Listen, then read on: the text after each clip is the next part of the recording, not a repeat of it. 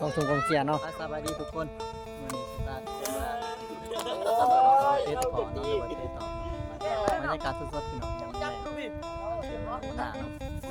จะเตะกลางส่งให้ข้างหน้าเลยวันนี้สายสีทุกคนร้านวันนี้เรามาเตะต่อกีฬาที่เพื่อจะพอขนาดดูเพื่อจะพอน้องสลัดเบิร์ดไอ้กระสุนนี่มันแอดมินบุไรหรอกใช่เจอโอ้สุดยอดเยี่ยมไปดิเรียบร้อยไปดิสวัสดีเสียน้ำลายเนาะที่ตอนนี้หาเจ็ดว้าวรอดพี่น้องรอดทีมตะโนนเนาะตะโนนกับโดนนางงามเนาะถามเบิ่งดูนี่ทุกคนเยียบโอ้บ่ถึกเนาะบอกยังไงคือทีมบนเนื้อเนาะทุกคนทีมบนเนื้อทีมบนใต้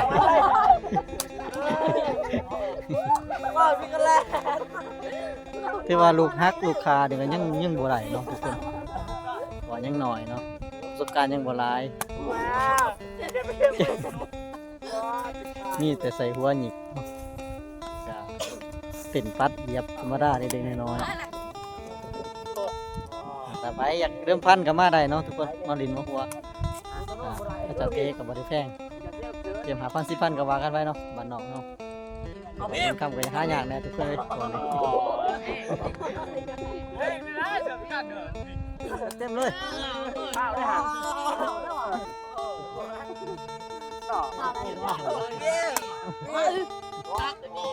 โอเคแม่น14-8เนาะทุกคนตอนนี้ทีมเฮ้ยตะโน่นได้14โอ้ลูกนี่ตาเบิ่งขึ้นเฮ็ด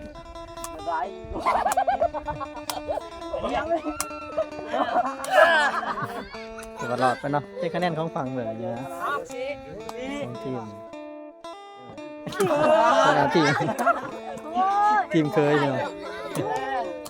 เดี๋ยวจบไปเนาะ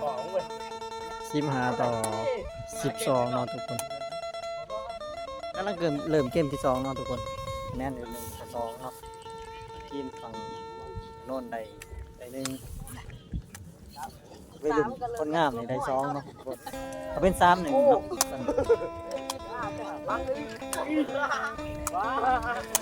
เฮ็ดเยียบโอ้วันหลอกกันเนาะกองทรงกองเสียกำลังเริ่มไหลทยอยเข้ามาทุกคนตอนนี้เนาะมา2มา3นี่ไม่ได้ลุ้นได้นี่บ่าวไว้ลุ้นขึ้นใหม่11 12 11ลงมาเนาะทุกคนนี่คือว่าอะไรทุกคนเด็กน้อยในวันนี้ก็คือผู้ใหญ่ในมือหนาเนาะเฮ็ด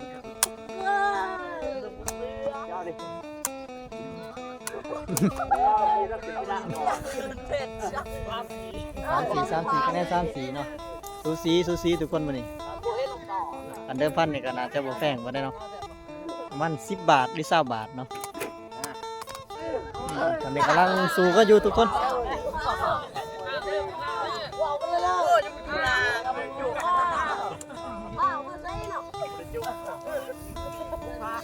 อันนี้ยัง6-5อยู่เชิญแล้วทุกคนนี่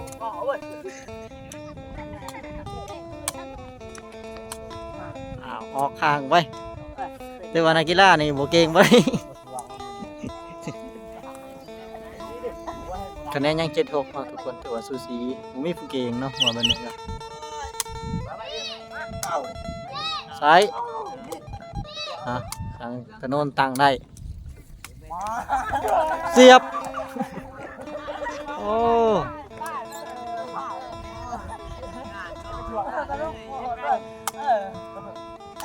คะแนน7-8เนาะทุกคนตอนนี้ฟาวเนาะฟาวไป8นะสูสีกันได้ทุกคนเลยผมมีผู้ได้สีเก่งเนาะถือว่าสู้กันได้ตอนนี้ผู้ที่มวยผู้ที่สนุกเนาะ9-8คะแนน9-8ฝั่งถนนใด8ฝั่งนี้ได้9นะทุกคน0-8อ๋อไปเลยบนเนื้อบนไตเนาะทุกคน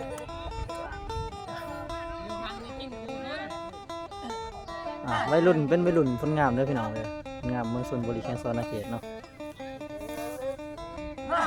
พอน้องเดือนนั้นหนึ่งเนาะมืองานปีนี้จะจัดขึ้นใน5 มื้อ5 คืนเนาะ เตรียมเงินเด้อทุกคนเด้อเรียบร้อย0-1ทุกคนเนาะอันนี้10-11คะแนนเฮ็ดโอ้เปลวไฟได้อยู่ทุกคนตั้งได้นั้นมาบ่ทันโอ้มาบ่ถึงทุกคนน่าจะได้เนาะเดี๋ยวไปล้างใกล้โฟดเนาะดึงขึ้นมาบ่ได้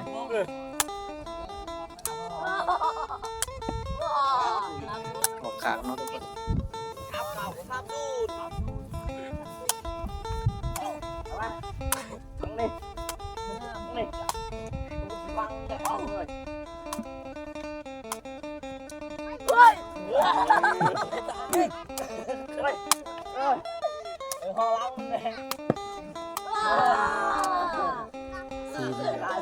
ต้องเบิ่งว่าให้ศาสนาน้องเกมนี่3 ลูกท่านมันกินนะจบเกมแต่ว่าซูซีชนะคนละเกมเนาะพี่น้องสำหรับการเท2 เกมกับชนะคนละเกมมีต่ออีกเกมนึงเนาะ เองเนาะ ต่ออีกเกมนึงเป็น เฮ้ยเขาเนี่ยเขาไม่เชื่อ 3เนาะตะวินก็ค่อยคำลงแล้วทุกคนเลยตอนนี้ มาเสิร์ฟให้ เสิร์ฟไก่ทั้งหมด ขณะนี้เป็นเวลา6 โมงแล้วทุกคนบ้านเฮา6 โมงบ้านเฮาจะค่ำหรือว่าจะเหมือนไว้เนาะถ้าเทียบใส่ประเทศไทยว่าง่ายๆคือเทียบจากกรุงเทพเนาะทุกคนก็คือบ้านเฮานี่6 โมงนี่มืดแล้วทุกคนเลยแต่ถ้าเทียบกับประเทศไทยนี่ยังแจ้งหรือว่ายังสว่างอยู่นะเพราะว่าอีกแบบนึงก็บ้านเฮามันเป็นบ้านที่แบบว่ามีภูผาป่าไม้หลายเนาะตะเวนหรือว่าดวงอาทิตย์อาจจะบังภูบังผาทุกคนบังต้นไม้สนามมันจะเฮ็ดให้บ้านเฮานี่มืดไวกว่าบ้านอื่นเนาะทุกคนมืดไวกว่ากรุงเทพว่าซั่นซะเอามาที่เกมคือเก่าทุกคนตอนนี้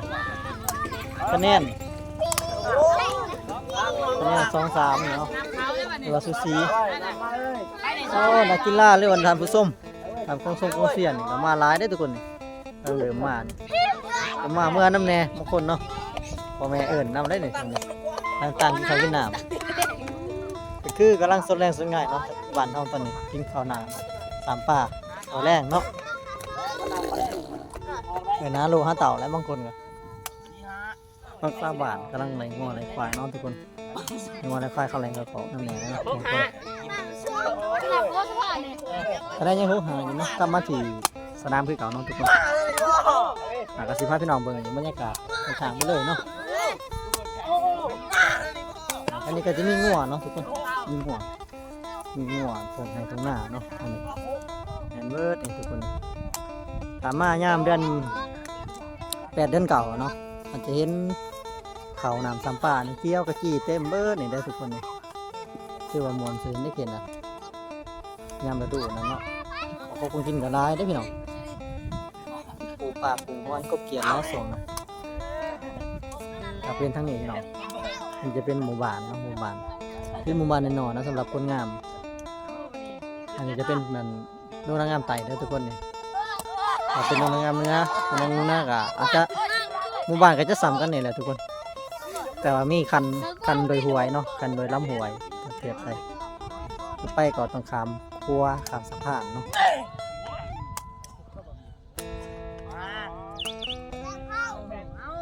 คะแนนยังเป็น8อยู่ทุกคนแป๊บเดียว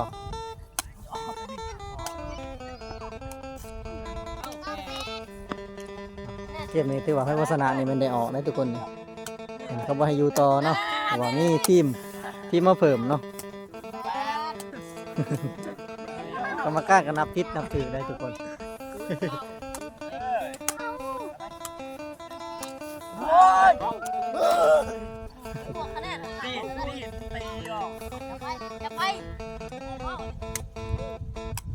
อันนี้กองเชียร์เนาะยังลินโมเป็นยังลินกีฬาโมเป็นลินกีฬาห่างไกลจากยาเสพติดทุกคนช่วยกันส่งเสริมนักกีฬาลาวเนาะ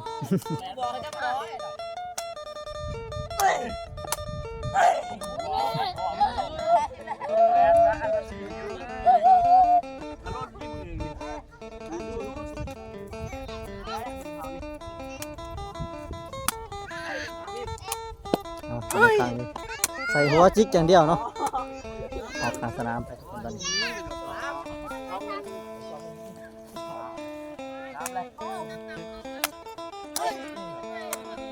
จะได้แล้วเอ้ยคะแนนด้วย3-1ทุกคนเนาะทีมมันได้ดุนเนาะได้ดุนเนาะแต่13-11ถ้าลูกนี้10ผ่านหรือบ่โอ้ผ่านไป14-11เนาะ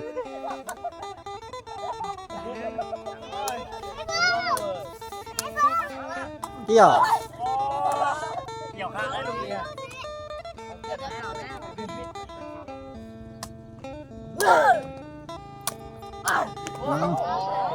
สูสีทุกคนเนาะ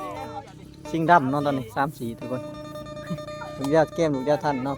ตารุ่นนี่ว่าสิเฮ็ดได้หรือบ่เนาะโอ้ถือว่าจบไปเนาะโอ้เก่ง2-1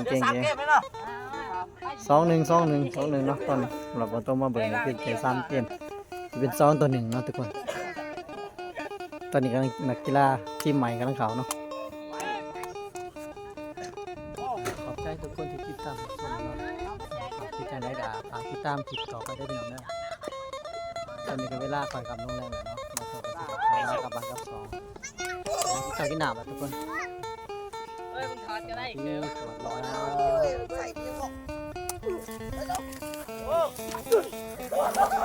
ได้แล้ว